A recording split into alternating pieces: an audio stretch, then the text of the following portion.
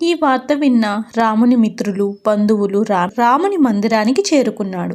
రాముడు వారందరితో ప్రేమతో మాట్లాడాడు. రాముని మందిరం అంతా ఆ రాత్రి బంధుమిత్రులతో కలకలలాడింది. మరునాడే పట్టాభిషేక మహోత్సవం కావడంతో అయోధ్య నగర వీధులన్నీ జనంతో కిటకిటలాడుతున్నాయి. నగరం అంతా పచ్చని మామిడి తోరణాలతో అలంకరిస్తున్నారు.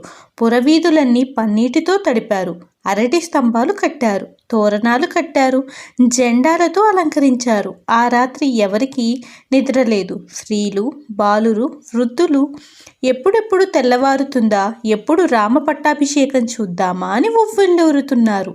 రామమందిరం నుండి బయలుదేరిన వశిష్ఠుడు దారిలో కిక్కిరిసి ఉన్న జనమును తోసుకుంటూ అతి ప్రయాసతో దశరథుడి భవనానికి చేరుకున్నాడు. దశరథుడిని కలుసుకున్నాడు.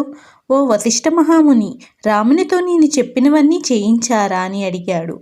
అంతా మీరు చెప్పినట్టే చేయించాను అని చెప్పాడు వశిష్ఠ మహర్షి. అప్పటిదాకా దశరథుడు పురప్రముఖులతో మంతనాలు సాగిస్తున్నాడు. వశిష్ఠుడు వచ్చిన తర్వాత వారందరినీ పంపివేశాడు. తాను కూడా తన అంతఃపురంలోనికి వెళ్ళాడు.